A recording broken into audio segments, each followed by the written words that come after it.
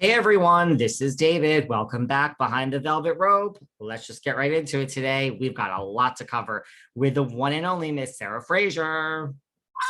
David, oh my God, I love you. And it seems like I know we podcast every week, but I miss you because we text. We have so many things to say. And this time I'm actually Looking on at East the Coast topics time. right now. Oh, thank God. I'm up in Maine. I know. And Well, it's crazy for you. It is early here. We both have a little bit of a different background here today. And I'm like up to some things over here. We got to blur out our background. Lots is going on, guys. Wait, before we get into it real quick though, are you getting a big furniture delivery? Like what's happening here? Did you like buy a house? Did you move? I mean, is this David Yontef style? I order in bulk. So like when I order toilet paper, I order 700 toilet papers. If you open my refrigerator, there's 7,000 cans of sparkling water. Like, do you know what I mean? Like I like to order in bulk because if I'm going to spend my time on like this delivery, I got to get it, put it away. And then I don't want to order toilet paper or sparkling water or soap or shit or nothing for like 10 years after that. So where do you keep all the vodka? Where do you keep all the vodka bottles? Do we like vodka in the martinis or gin? In the freezer, darling. The freezer is all vodkas and the refrigerator is all sparkling waters. And then you want to know why I'm single? Does anyone out there want to date me? Well, I mean, like just organized and I'm like 50 Shades of Grey Christian Bale, like OCD with the house. Everything's got to be clean and neat and then you want to know why there's no children. I'm going to die alone. Like I'm on the train. Like there's a train that I'm on. I'm sitting in the back. I'm on the train to die alone. So does anyone out there listening want this? Does that excite you? Anything I just said? Yes. If so, reach out. I know so many type A's. Single and available.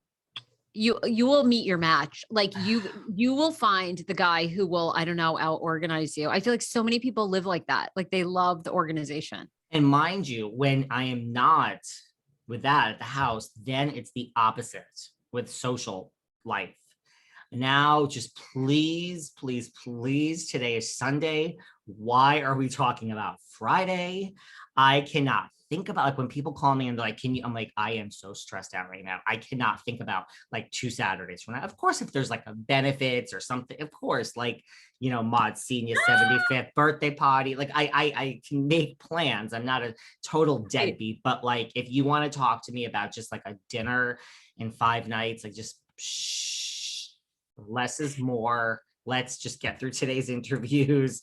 Everything's going to be fine. I don't care if we have, chicken parm or like steak frites, like just whatever you want. So really, in a way, I'm very laid back to date in the sense that I'm just like, just whatever you want. So then you could like slap me around like a little bitch and tell me what time to show up and where to, I'm okay with that. I don't want any part, like just whatever you want, I'll go and I'll do. Legend. I love it. Just legendary. Complications, baby. Okay, go on. Well, I mean, where do you want to start? I mean, where we want to start, I feel like we have to talk about the Ashley Darby divorce. I mean, we literally got done recording our last episode and like it hit the presses and you were texting me. I have a bazillion things to say on this because I just feel like this is your hometown, baby. I mean, just because you moved to LA to make it big in the entertainment biz doesn't mean that you don't come from, the POT. I know, honey. We don't play in the P and the DOV. DOV and the DMV. DMV, yes. But David, you are, I feel like, less naive than I am. I am. That's true. You are. I really thought, based on real conversations that I've had with her and her being on my show, I thought they were in it to win it. What did she tell you in like the real world? Okay, well, the last podcast that she was on, I'm going to say of my show, the Sarah Fraser Show, maybe a year and a half ago. This was like I'm trying to think of the latest rumor that Michael had done something. And actually it was the last season because Michael really wasn't on that much. So I had kind of said to her, like, what was the strategy behind that? Like, are you guys just tired of the rumors? And she was basically like, yeah. And, we are ride or die. Like we've had threesomes in the past. Now I know every single thing Michael is doing. I mean, I don't know. Look, you have taught me this in this business because you're right. People come on your show, famous people come on your show, Lala, all these people, and they sit there and even like Megan King Edmonds when she came on, or Megan King, we've dropped the Edmonds. I mean, Drop the Edmonds. I think she was close to dating Joe Biden's nephew on my podcast. Never mentioned it, never, not a word. So I guess these people really are just so media trained that they lie to you on your show. But I believe them. I believed her. I've seen Michael and Ashley out many times in public in DC. They've always seemed very connected. They've always seemed into one another, kind of like above the fray. But I am blown. And I have read several stories. I've read stories since this announcement that she's so over him. She's actively asking friends to set her up on dates. I'm like, girl, you got 2 kids. What? Again, I don't know if these stories, I mean, that was a people.com. People usually gets it fairly right. People usually gets it right. Now, wait. So when she was on your show, she talks about threesomes and just like, I'm going to be with this man forever. Like we are so open about sex and everything that it's like, what a great relationship. Just being so honest. Is that what it was? Yeah. And she had talked I don't want to put words in Darby's mouth over here. No. And she had talked about over the years how it had evolved. Like, I mean, and she said this on the show when they first got together. I mean, they were having threesomes with, I don't know how often, but they had threesomes with other women, that kind of thing.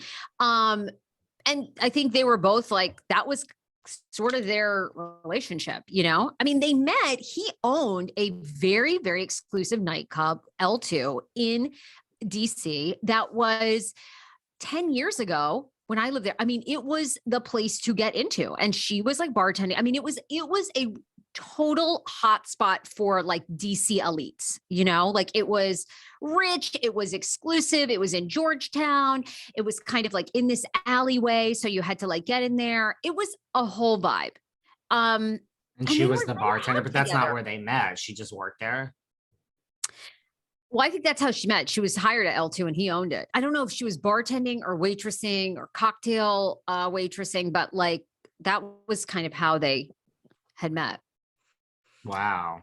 So I have to say, I'm shocked. I feel like they have been a longtime housewife staple. I'm curious to see what you think. I mean, they have 2 young sons together, but I'd also read in that People article that she really just felt like she couldn't trust him anymore, which does seem like those were all the stories being leaked. Well, I mean, okay, first of all, I think a couple of things. I am more cynical than you. That is true. You are. I mean, it's just like, listen.